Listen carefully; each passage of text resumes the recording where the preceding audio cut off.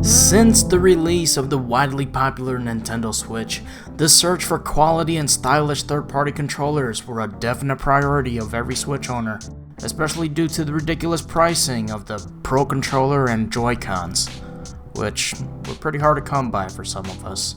For those on the hunt for the perfect third-party controller, everyone has definitely come across the brand 8BitDo and their classic themed controllers, many which look fairly standard, and well, whatever these are.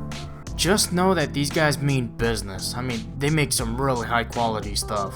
And what I have here is an SF30 Pro Controller. And what this was meant to be was to be an SNES throwback controller, but instead fully tricked out with all the bells and whistles needed for a modern controller. This controller keeps the original button layout of the original SNES controller, which was already ahead of its time with its design. Added with this iteration is the dual analog sticks, 4 shoulder buttons, and wireless Bluetooth functionality with USB-C charging.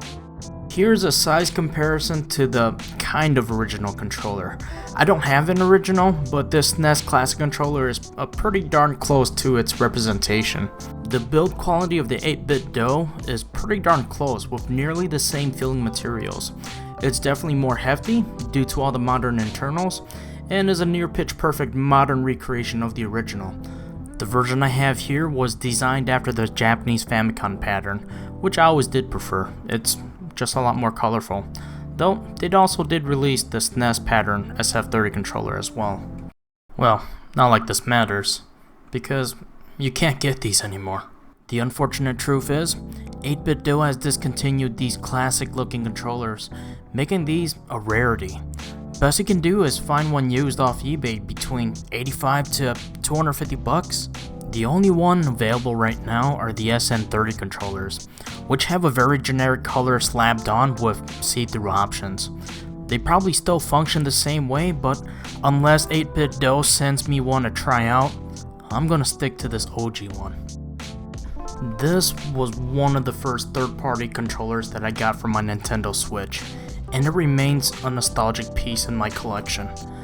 The nostalgia plays on the original design of the SNES and Famicom controller, but more importantly, some of my earliest memories with the Nintendo Switch was with this SF30 controller. Over 6 years later, this controller still holds its 6 to 8 hours charge just fine, and its gyro controls and underwhelming rumble still functions just fine as well. What's truly sad though, is that you'll probably never get your hands on one of these ever again. But if you love what you've seen so far, the best you can do is maybe the SN30 variant. I'll link that one below. And until next time, thanks for stopping by.